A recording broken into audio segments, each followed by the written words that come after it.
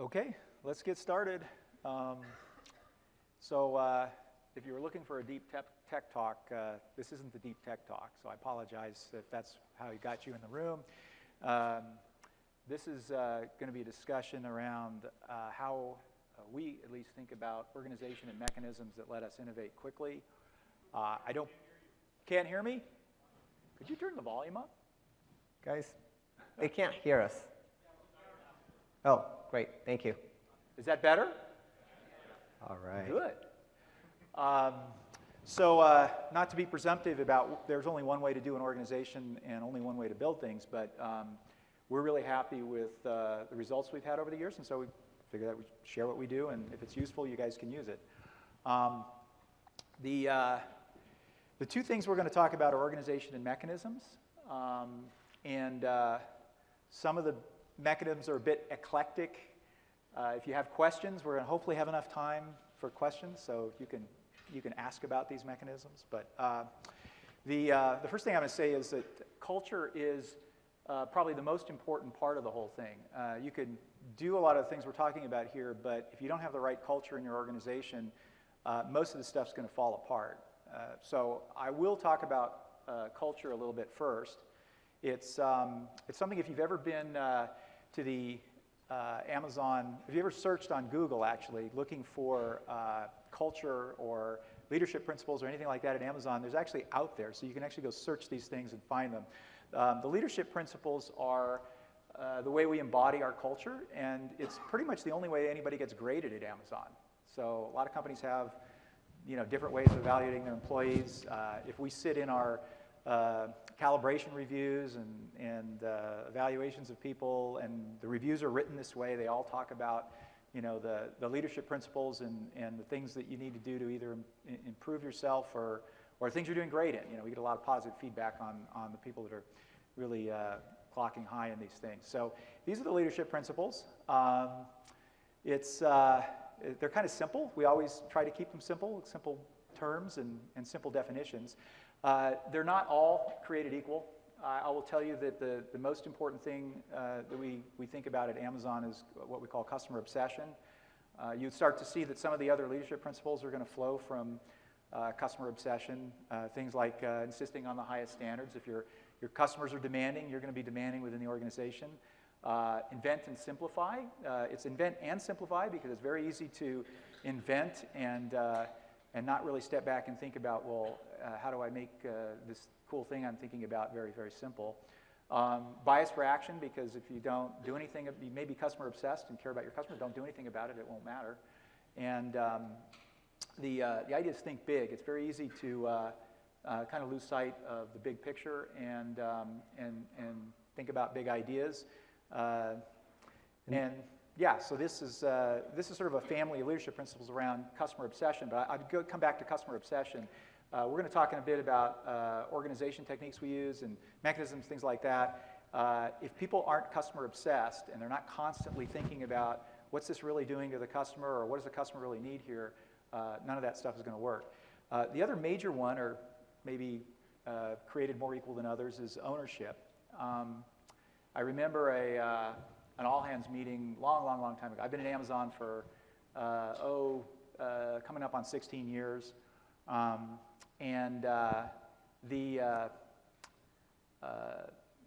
There was a talk at one of our all-hands meetings early on, a small number of folks actually back then. Jeff was trying to explain this concept of ownership, and he said, well, it's kind of like an apartment building where the apartment building catches fire, and you watch the guys that are tenants in this apartment building dashing out of the building and carrying all their belongings and running somewhere else. And whoever owns the building is busy grabbing the fire extinguisher and trying to put out the fire. So it's a super important leadership principle. It kind of drives a lot of other things. You see them there, diving deep, being vocally self-critical, being willing to say that actually the way the words work on vocally self-critical is that your body odor doesn't smell of perfume. So, you're actually willing to, call out your own mistakes and issues. Have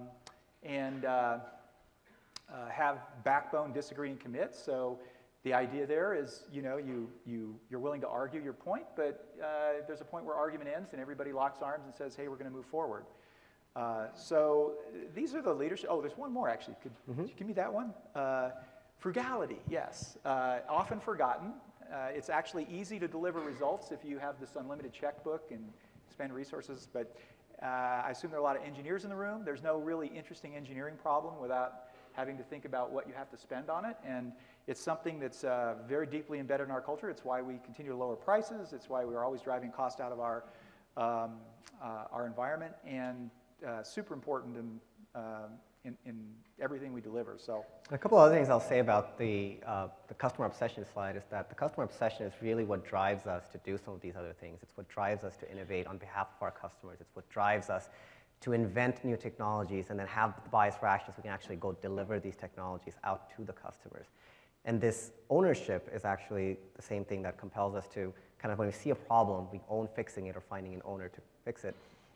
Along those lines, there's the other one that I want to say another word about is being vocally self-critical. It's important to not only be self-critical, because self-criticality allows you to kind of continuously refine your capabilities. And that's not just about you, it's about your team. You know, being vocally self-critical of your team, being vocally self-critical of your product, because if you think that you've gotten something perfected, if you think you've got your work perfected, or if you've got your search perfected, you're out to be, you know, a victim of evolution. So, and the other part of it is like being vocal about it, being actually able to be open about why, you know, identifying your flaws and being vocal about it actually helps you build trust in the organization. It helps this culture where people aren't putting blames on each other. They're actually owning up to their problems and owning up, finding the solution for those particular problems. Thank you, Kwaj. That's good. So we're going to talk about some mechanisms, and these are kind of detailed things we do.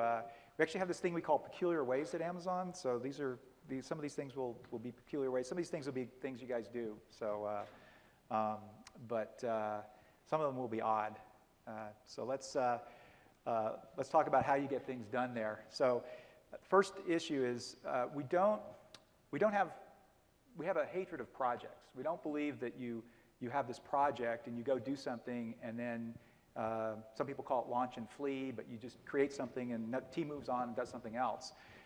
We create single-threaded teams that own a particular thing that customers care about, a product. And this is way back in the history of Amazon. It goes back well before AWS, but the notion that if you really want to do something that matters, you're going to put a single-threaded team on it, and they're going to own it and continually improve it and work on it. And that gave us this notion that Werner talked about in his keynote of 2 pizza teams. And you can actually Google this thing. It was, again, it predates AWS. The idea was that the right team is one you can feed on 2 pizzas. It's perfect size. You know, you can picture a little room with 2 pizzas on the table, and that's how we think of how big these teams ought to be. And in the early days of Amazon, so we're a very metrics-driven culture, and we think a lot about measurement and you know, how can we have a very scientific and objective way of knowing whether we have success or not. So we created this notion of fitness functions. Mm-hmm. And for those of you that know what fitness functions are, they come out of the biology world of you know, genetic algorithms, and the idea is that if you have a fitness function, you can let the genetic algorithm, you know, evolve, basically do a lot of experiments and solve a lot of problems, and then you measure the value that you got through a function. And these were actually highly formalized in the early days of Amazon. We actually built on the internal site. I bet there's a lot of Amazonians in the room that don't even know this. We built an internal site that was a stock ticker display, and it had, for each 2 pizza team, it had their stock ticker, and it had their fitness function graph of how they were doing against their, well, that was all very complicated, and the problem with fitness functions is that it turns out that the real world is a messy place, and it's sometimes you can't just reduce everything down to an equation. And so we simplified it a bit, but we still actually use these kinds of metrics. We'll talk later about how some of the teams in AWS get measured, but one of the other things I'll say about the 2 pizza teams and these fitness functions is, for the distributed system nerds in here, it's a great way to shard your projects, right? Is to have projects defined across a particular partition, which can go off and take care of that particular area. In our case, it tends to be the product, it tends to be the test, the operations, the product management, and the development of the product all in one team so that the team isn't actually distracted by priorities that might be conflicting with each other. Their job is to own the delivery of this particular service and the customer experience that goes along with that service. So the next mechanism I'm going to talk about are what we call narratives. So Werner talked in his keynote about press releases and FAQs. So this is working. We'll talk a minute about press releases and FAQs. But there is this very detailed process we go through when we're making decisions. And you write what is called a 6-pager. A 6-pager is not just 6 pages. And by the way, I've seen some very creative uses of paper, actually, in here. By squeezing fonts and squeezing down margins and everything. So you have 6 pages to make your point. That seems like a lot, but the whole idea is that when you're making decisions, having somebody have to write a narrative forces them to be super clear. Or at least if you're not clear, if you're high level and you gloss over things, it's fairly obvious when you write one of these narratives. And so when we're making a serious decision, it could be a very important technical decision. It could be a very important, it could be a pricing decision. You know, we want to lower prices. We go through this process of somebody will write this narrative, and then you walk into the room, and the first 20 minutes, 25 minutes sometimes, depending on how dense the narrative and how much data there is in it, is spent by everyone in the room reading the document. We'll get into, in a minute, we'll talk a little bit about PowerPoint and why we don't use that. But this process it's counterintuitive. I remember when we first did it, again, this process predates AWS, and it was in fact these processes I'm talking about, by the way, were the ways that AWS was created. This is how we defined it, how we originally defined the first few services we launched. It's how we dealt with some of the questions about those services. But the idea is that if everybody has to read this document and spends time looking at it, then the discussion that follows is, first of all, very fresh in everyone's mind. Everybody has all the data. They're all on equal footing. There is, because a narrative forces clarity of thought when you write it, there's a great deal of depth and understanding in everyone's mind of what's being discussed. And so for the next 40 minutes, there will be discussion about the narrative. As this says, we actually get sometimes the narrative will highlight some big problem that you have. You'll read the document and you'll say, wait a minute, we haven't dealt with this issue. Like there's a missing piece in here.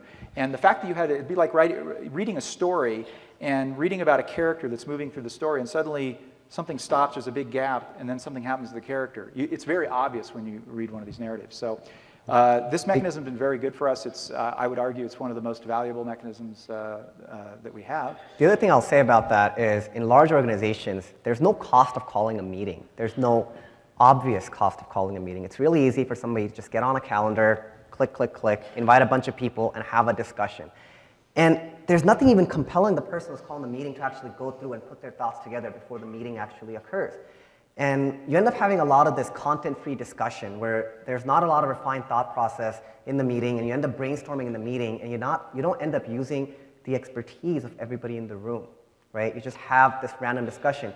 And you can have this PowerPoint-based discussion where everybody's just on their laptop at the same time, but having the process of writing the narrative helps you gather your thoughts, helps you identify the gaps in the thoughts, and then helps you convey those thoughts in a very continuous stream to the attendees in the meeting. So this will be a discussion about how presentations can be misused or sometimes are not the best way to make decisions. If we look at this little slide here, for those of you that are familiar with the Columbia accident, this is analysis done by a gentleman who basically pointed to PowerPoint as one of the culprits in that accident. And if you start to look at the ambiguous and I want to talk about the Columbia shuttle accident itself.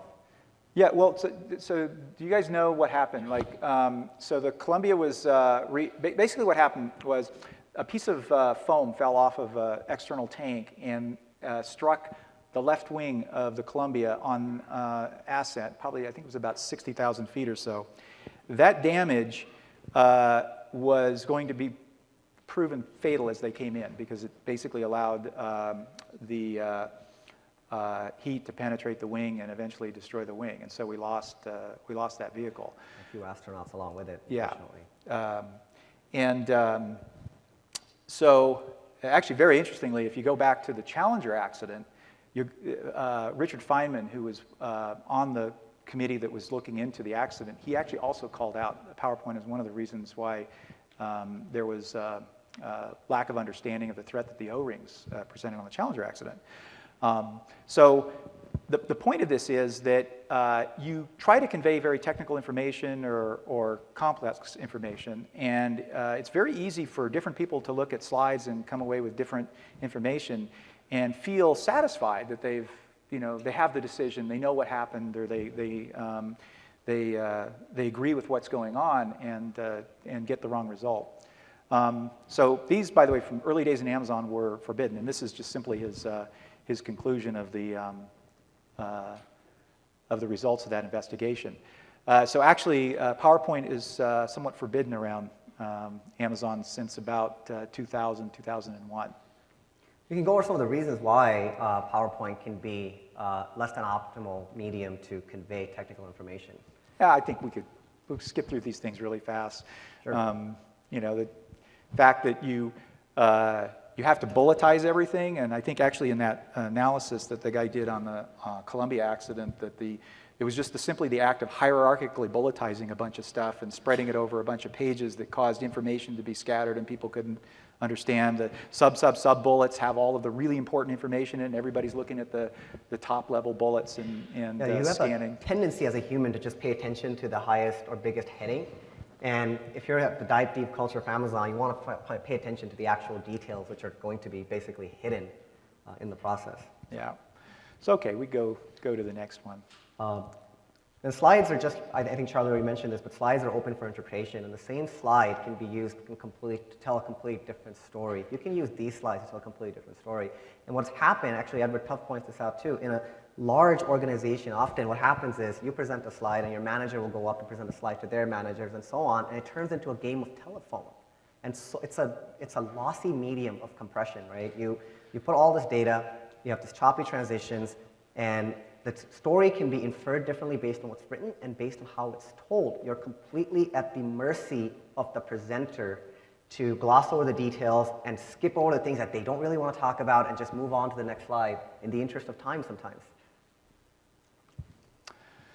Okay, so let's talk about working backwards from the customer. Werner spoke a bit about this in the keynote. It is the process when we think about a new AWS service that we go through to define it and really validate that this is important, something that customers will care about, and that we're doing the right thing. There are really a couple of key components, as Werner mentioned. There's the press release and the FAQ. So the press release is, literally it is the press release.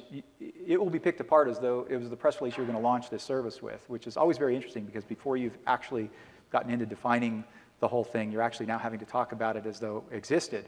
The FAQs are very interesting. Werner mentioned those briefly. He said something about there could be 15 or so. Actually, they can be very long because there's often a section of these things which are the external FAQs, and then to evoke a very critical discussion of issues that might be with the service, there's a section we call internal FAQs. The idea of these FAQs is to ask incredibly rude questions. So it goes back to that leadership principle I talked about, vocally self-critical. So if you sit there and write your FAQs and you say, what are the questions I would be most afraid somebody would ask? What are the nastiest questions that I could get either externally or internally? Why are you guys using a relational database to do this and that?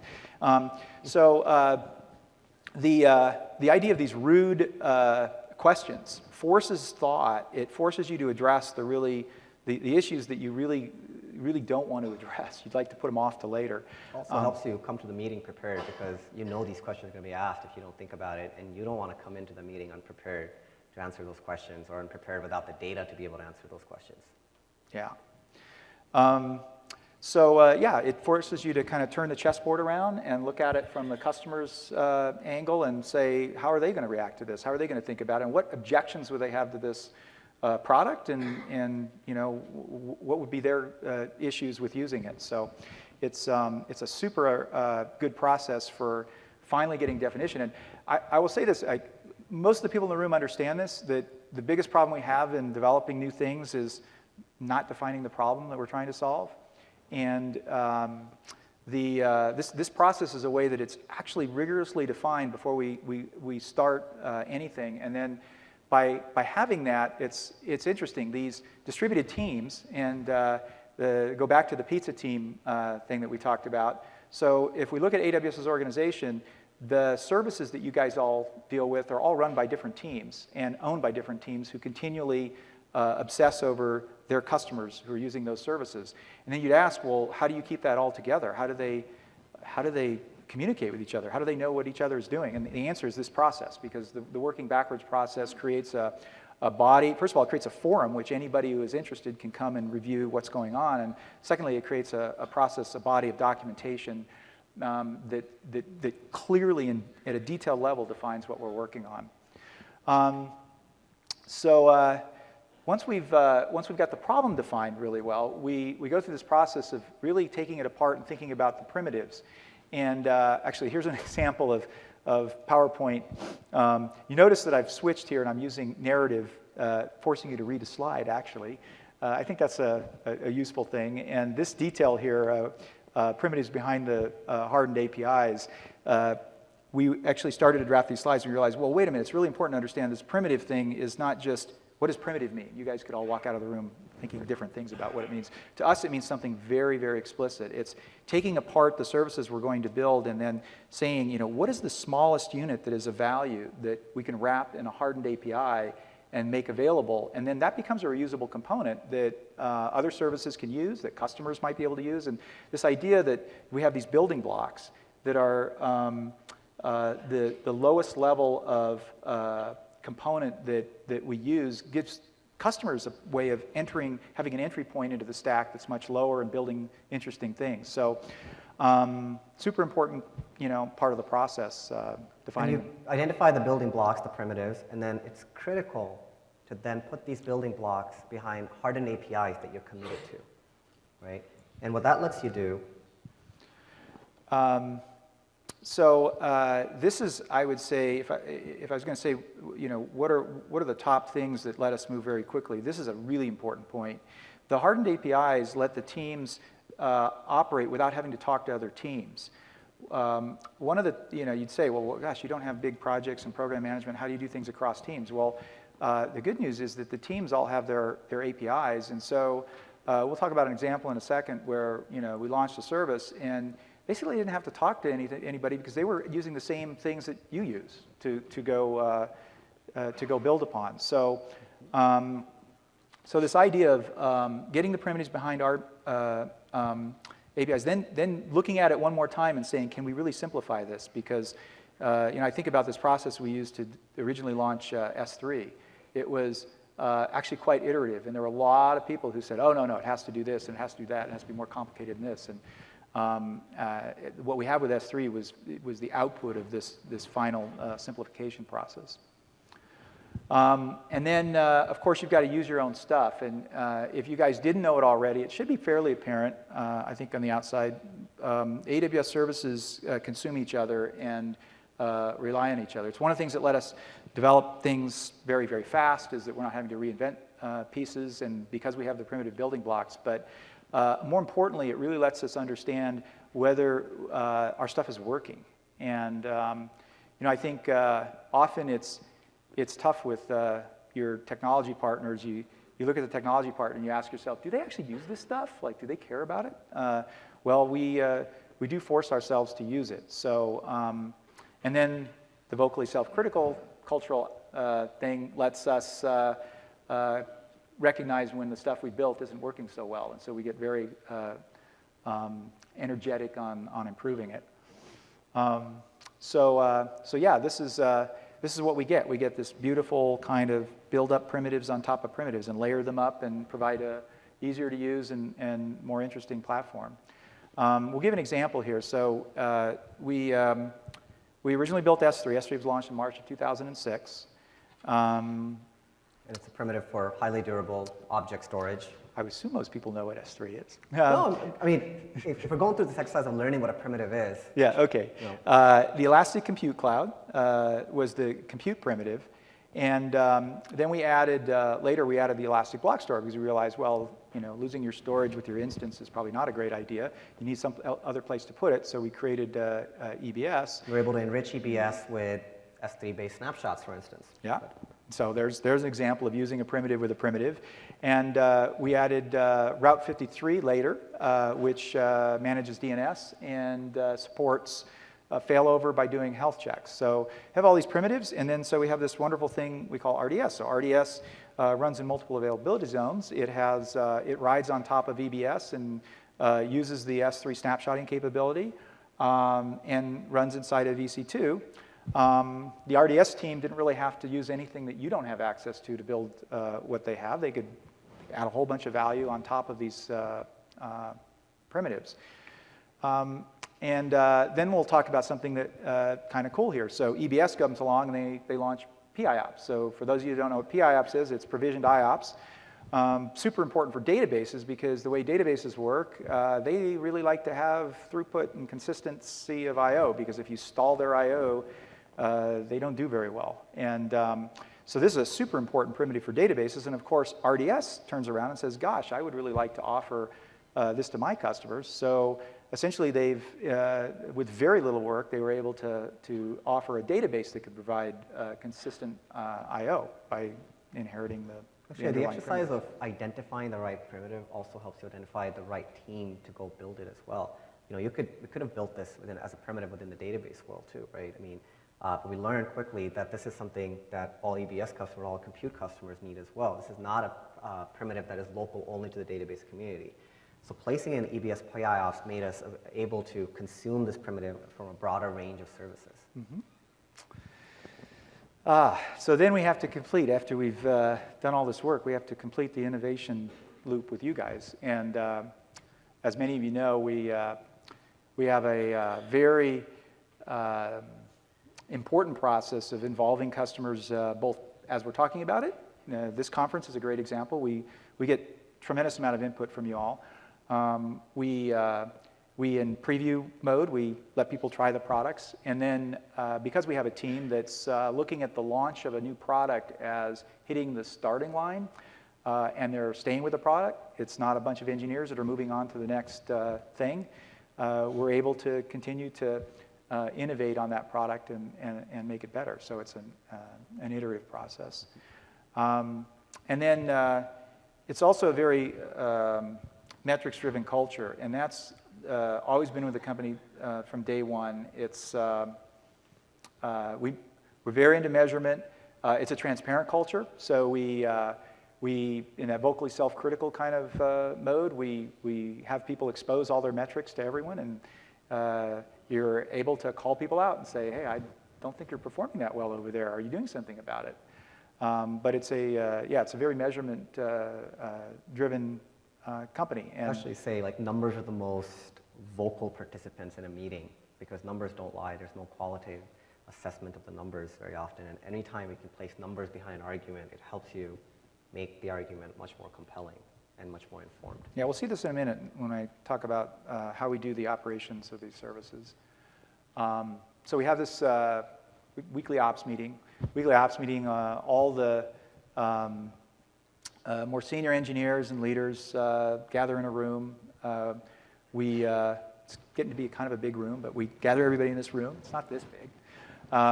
And we go through each team's metrics and call out the problems that we've seen, or just have the teams go through their metrics. It's sort of a, you better be ready because you're going to get called on to explain anything. And so each team will have a set of their scorecard, and their scorecard will be a set of metrics.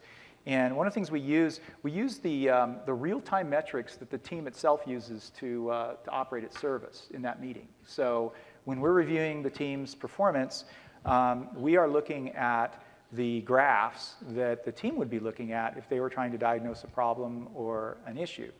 And the graphs are really driven, again, from this customer obsession, working from the customer back. The question is, so how do we know what the customer experience is? What's going on right now? And if there's a mechanism to actually accrete these graphs. So we go through a process of, we'll talk about in a second, of root cause analysis and fix. If somebody is called out and they talk about an issue and there's no graph that clearly describes the issue, a customer experience issue, then they get an action item immediately to add the graph. They're going to have to show this metric because we want nothing going on we want no customer to ever see a problem before we see it. And so that's one of the great sins that you can have going into that meeting. There's a line on each graph. The line on the graph is the line, if you picture, people call them SLA lines or other things, but it's the line at which, when breached, we would be not doing the right thing on behalf of a customer. And so you don't get to present a graph without a line. You have to define what that is. And the line might be debated. That's kind of interesting. First time a service comes up and they present their graphs, there's well, how do you know that that latency value is the latency value that these customers really care about? So, oh, well, we've actually watched a similar service, or we've talked to customers or whatever. They better have a good reason for where they drew the line. And sorry. I was going to say the line doesn't get to be what you can achieve. It's not about. Often I've seen like somebody less experienced will walk in and they'll put a line on there, and the answer is, well, that's what we can achieve. Well, the answer is no, that's not right. Then your line has to be, drawn at where customers need you, and we're not launching the service. You get to wait. You're in the back of the line. So. But yeah, that's a really important. This actually, whenever we launch a service, this happens to be part of our operational readiness. One of the most frequent questions asked is if you've got a metric and a graph for every customer-facing metric, right? And if you've got a line, which is your commitment to providing a particular level of commitment to the customers. Yeah.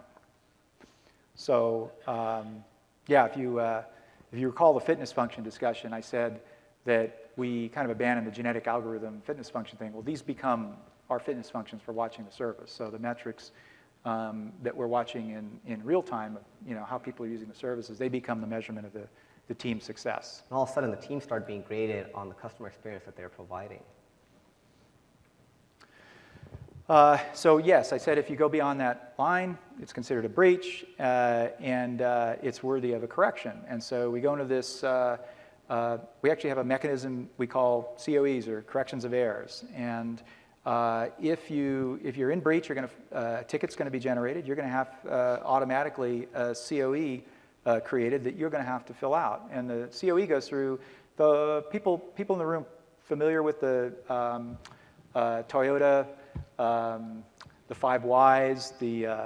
We actually picked up some of these things from our operations on the retail side, but we go through the 5 Whys. So, why did the error rate go up?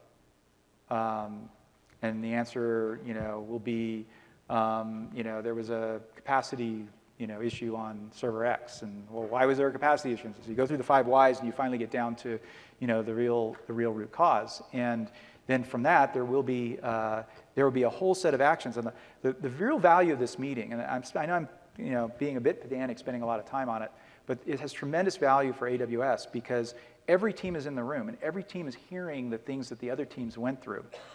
And so they're all hearing about these processes. Everybody is learning from each root cause and each fix for those root causes. Everybody is learning. And also as a team, we can often discern patterns, and we can decide to take actions which can globally fix problems. So, super important part of our process. It's also a great meeting to exercise your vocal self-criticism. Instead of writing a very defensive correction of error, which might encourage you to hide the problems, the COE process, coupled with vocal self-criticism, allows you to kind of expose the problems and then get the people in the room to ask, well, am I doing the same thing or not, in a very comfortable environment. So I think most people in the room would be familiar with the term DevOps. It's always been the way at Amazon since I joined in 1998. There's a tremendous value in teams owning everything, owning the software, owning the operations, developers getting paged if there's some issue. Definitely would recommend that approach for those of you in the room that don't use it yet. Let's talk a little bit about some of the differences. So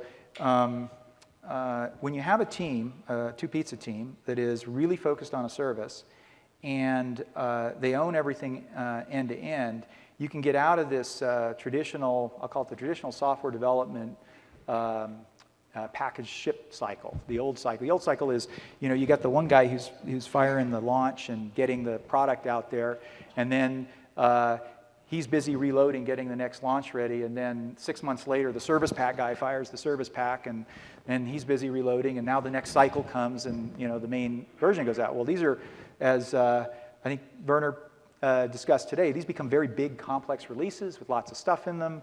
They're very punctuated releases, and you have to get everything right, yeah. Right? And it's kind of slows you down in that process.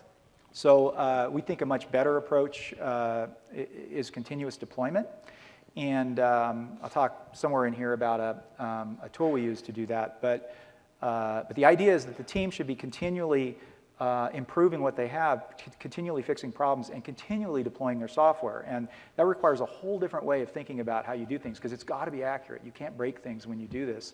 It's also got to be in your culture that this has to be right, and that you're going to do it, because otherwise there would be a tendency to react to things and say, slow down, I'm not going to do this, instead of forcing the mechanisms to exist to be accurate and fast. Actually, one of the tenets that allows us to employ continuous deployment so effectively is the hardened APIs, that commitment to the hardened APIs that allows teams to deploy new software and innovate behind the walls of that hardened API without impacting the other teams that are relying on top of them. Mm-hmm. This is what you want. You want this, this cycle of deployment, and it's really fun to watch. I mean, that is, if you want to, you see the graph where we're launching all this new stuff all the time. This is what's driving it. Yeah, that's an astounding statistic. There is, we got a deployment going once every 12 seconds.